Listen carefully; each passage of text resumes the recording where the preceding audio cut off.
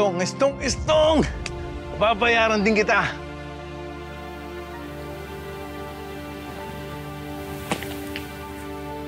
Bakit ano nangyari kay Tyrone? Wala po siya sa school eh. Siguro naglakwatsa. Anak, hindi naman yung gagawin ng kapatid mo. Gusto na po siyang umalis sa akin eh. Wala po siya doon sa school.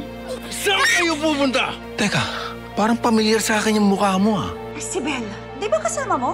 Nagkita na ba tayo? Di ba, hinatian mo pa ako ng sandwich? Sabi ko na nga ba I knew it. Salamat ulit sa pagsama mo sa akin. Huwag mag-alala. Di ka tayo iwan. Makinig kang mabuti, ha? Nasa akin ang anak mo. Bigyan mo ko ng 2 milyong piso. Kung hindi, papatayin ko tong anak. Sabi na nga ba eh. Kaya pamilyar ka eh. Alam ko kung kanino kang anak. At ikaw naman, siyempre kilala ko rin kung sino ang tatay mo at nanay mo. Dito pa talaga kayo nagkasama, ha? Parang pinagduktong ulit yung mga pusod niyo, ha? Sana naman walang masamang nangyari sa anak ko. Rosel, siguro mabuti pa pumunta na tayo ng pulis. Ha? Sa police station. Ano naman nasasabihin natin? Sabihin natin nawawala yung anak mo. Halika na. Teka. Ayun, may tanod. Tama-tama, alika, magpatulong tayo. Kuya, patulong naman, Sir, magandang araw po. Ma'am, ano po bang may paglilingkod ko? Nawawala po kasi yung anak ko. Wala po siya sa school, wala rin po siya sa bahay. At saka po itong notebook niya, nakita ko po dyan, sa may kalye po. Kailan niyo po ba huling nakasama? Kanina hong umaga bago siya pumasok sa school. Kanina lang po pala. Baka naman may pinuntahan lang. Di kaya lulong sa online gaming ang anak mo? Ay, sir, hindi ho. Wala naman hong pera yung anak ko eh. Hindi ganun si Tyrone. Maghintay muna tayo. Wala pa naman 24 oras na mawala ang anak mo. Baka mamaya, nayaya lang ng mga classmate niya o mga kalaro. Sir, Hindi pa pwede. kaya nga po ginakabahan po ko. Baka kung may nangyari na hong masama sa anak ko. Wag kong ganun, misis. Hintay-hintayin niyo lang. Baka mamaya umuwi rin.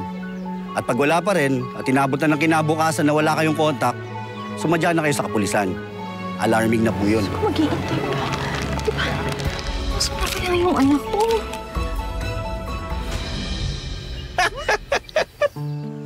Bakit po kayo tumatawa? Anong nakakatawa? Kayo yung nakakatawa. Dahil magkasama kayo, ha? Jackpot! Ang liit talaga ng Earth.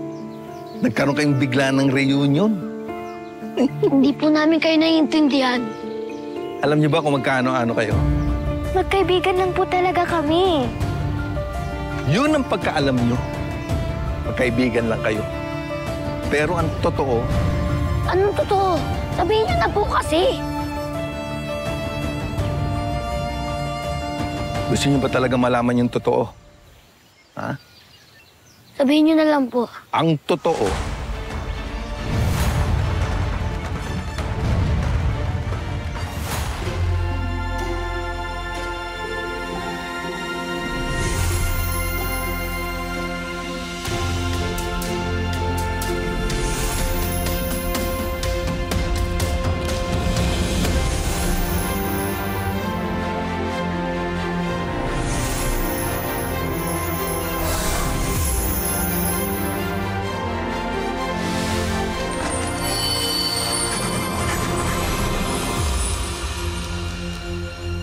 Ano po ba ang totoo?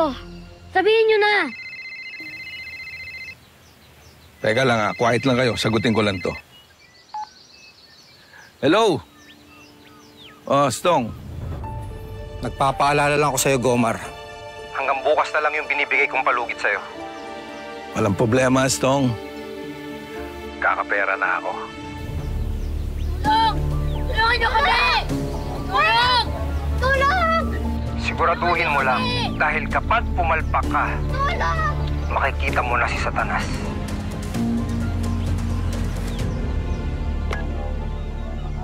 What? Nakidnap si Belle? Shh! Kung maingay. Baka marinig ka ng Kuya Tres mo. Pero ate, nag-aalala ako kay Belle. Hindi naman ako naniniwala na totoong kidnapper yung kumuha kay Belle. Baka mamaya, scammer lang yun na gusto kaming perahan. Kuya has to know. Hindi natin to pwedeng isikreto sa kanya. Nika, please. No. I am begging you. Kapag nalaman ng kuya mo to, magagalit siya sa akin, mag-aaway kami, hihiwalayan niya ako. So please, sa atin lang muna to, ha? Gagawan ko ng paraan, okay? Gagawan ko ng paraan. Ano yun, Via? Chris! Hola! Ha? Namimiss mo na ba ako? O gagka, hindi. Naawa ka na ba sa akin, ha? Madadalan mo na ba ako ng pera? Paano hindi ako tatawag sa'yo? Sa akin tumatawag at nangungulit yung estong ba yun? Ang laki na daw ng utang mo sa kanya. Alam mo, saksakan ka talaga ng oga, Gomar. Kung kani-kanino mo binibigay ang cellphone number ko. Desperado na eh. Tulong! Tulong! Tulungan niyo po kami! Parang awa niyo na! Sino yung mga batang yon? Ayon. Kilala mo yon? Yun yung kambal na pinaghiwalay mo. Ano? Yung kambal ni Rosel? Paano sila napunta sa'yo? Hoy, Gomar!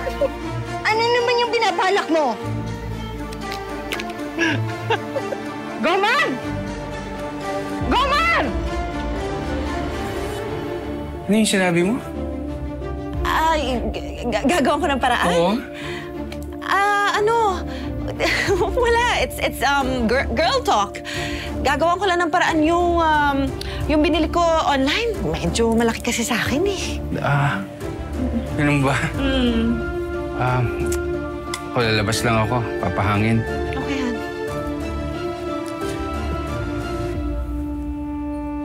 Teka. Si Belle nasaan? She's outside. Naglalaro lang. Oh. Okay.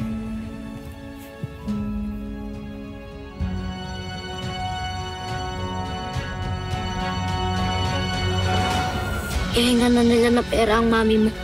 Kailangan na natin makatakas dito. Paano? Kalagin kaya natin yung tali. Paano natin gagawin yun? Alam ko na. Ganito na lang. Magtalikodan tayo sa isa't isa, tapos kalagin ko yung tali mo, tapos kalagin mo yung tali ko. Sige. Sige, dali.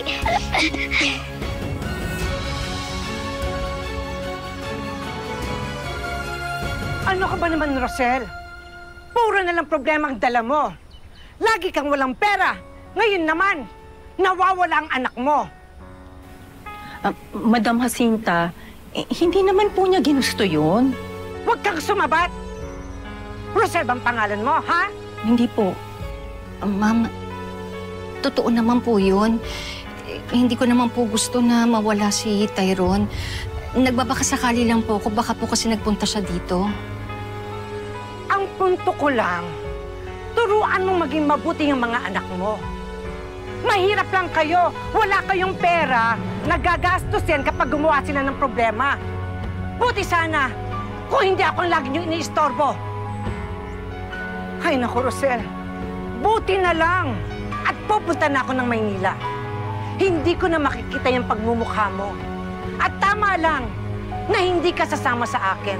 Dahil sigurado ako na hanggang Maynila, problemang dala mo. Umalis na kayo, ha? Ha? Ang sarap patulan eh.